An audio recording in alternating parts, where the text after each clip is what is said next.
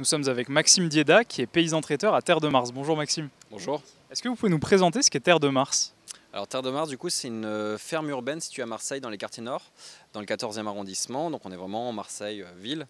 C'est une ferme qui fait 2,5 hectares en maraîchage diversifié, c'est-à-dire qu'on cultive tout ce qui pousse légalement à Marseille. Une exploitation agricole en ville, est-ce que ça marche pareil qu'à la campagne? Il y a plus de complexité, notamment sur les approvisionnements. Par exemple, on utilise la paille pour pailler cette agriculture. Et nous, on est dans des petites rues où les semi-remorques ne peuvent pas accéder pour déposer la paille. Donc, du coup, il y a plus c'est plus en termes logistiques. En fait, pareil, pour aller vendre les légumes, on ne peut pas partir en camion. Du coup, on trouve des petits stratagèmes pour descendre en ville les légumes, quoi. Vous disiez que vous cultiviez un peu de tout. Est-ce qu'il y a des espèces qui ne poussent pas dans les villes? Non, c'est pas. Dans les villes, il y a tout pousse en fait. Même à contrario, il y a certains trucs qui poussent mieux. On est souvent en avance par exemple par rapport à Aix. On a 15 jours d'avance sur les légumes par rapport à Aix. On a déjà attaqué la tomate là, alors qu'on est en mi-mai. Par exemple l'année dernière, il a gelé très tôt en avril en fait, enfin ou plutôt tard d'un certain point de vue. Et du coup, du côté de la vallée de la Durance, ça, ils n'avaient plus de fruits. Et nous, en fait, on avait des fruits parce que les arbres n'avaient pas gelé grâce à l'inertie thermique de la ville, quoi. Et au niveau rendement, est-ce qu'on observe des différences? Alors pas par rapport à la ville du coup, mais par rapport au mode de culture qu'on a en fait. Chaque année quand on envoie nos chiffres, on nous dit ah oui c'est pas possible que vous ayez autant de rendement et tout. Mais pourtant on les a, mais en fait c'est si alors, du coup d'une certaine façon par rapport à l'urbain. Et quels sont les autres avantages d'inclure des fermes et des espaces agricoles dans nos villes comme ça? Alors moi je dirais qu'il y a plusieurs niveaux écosystémiques en fait. On apporte du rafraîchissement du coup, hein, comme on cultive des plantes qui respirent l'été, qui transpirent, ça fait baisser la température. On a une fonction coupe-feu. On est vraiment en lisière, nous, entre le massif de l'Étoile et la ville. Et si jamais il y a un incendie, en fait, comme on a des champs irrigués sur cette ligne-là, en fait, le feu ne pourra pas descendre en ville.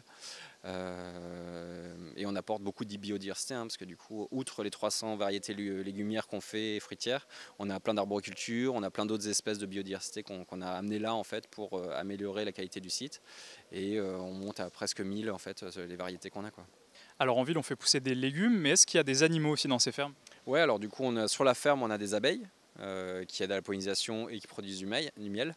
Et on a aussi 170 poules pondeuses. Du coup, on agrémente nos paniers de fruits et légumes avec les œufs à côté de poules bien élevées sous une couvert d'olivier. Du coup, l'avantage, c'est que sur cette parcelle-là, du coup, là où il y a les poules, on fait et l'huile d'olive et des œufs. On essaye toujours de cumuler. Ce qui est produit dans nos villes, donc c'est local, mais est-ce que c'est bio? Alors ouais, on est labellisé en agriculture biologique depuis 2018. Avant ça, on en cultivait déjà dans l'absolu en agriculture biologique. C'est juste après on l'a fait labelliser derrière. Quel est le lien du coup entre Terre de Mars et l'épopée? Alors plusieurs titres du coup, avec le lieu en lui-même, du coup, il y a un lien avec anciennement Ricard, qui était notre premier financeur. C'est eux qui nous ont payé notre première serre à Terre de Mars.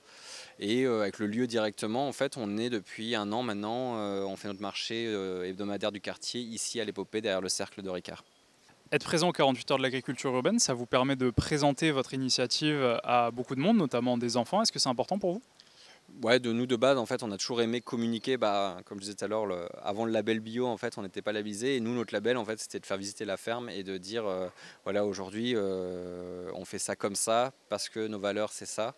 Parce que c'est important pour nous de sensibiliser déjà la population générale, mais aussi que les jeunes générations en fait prennent conscience en fait d'où vient leur alimentation, comment ils se nourrissent et qu'ils se nourrissent bien, quoi.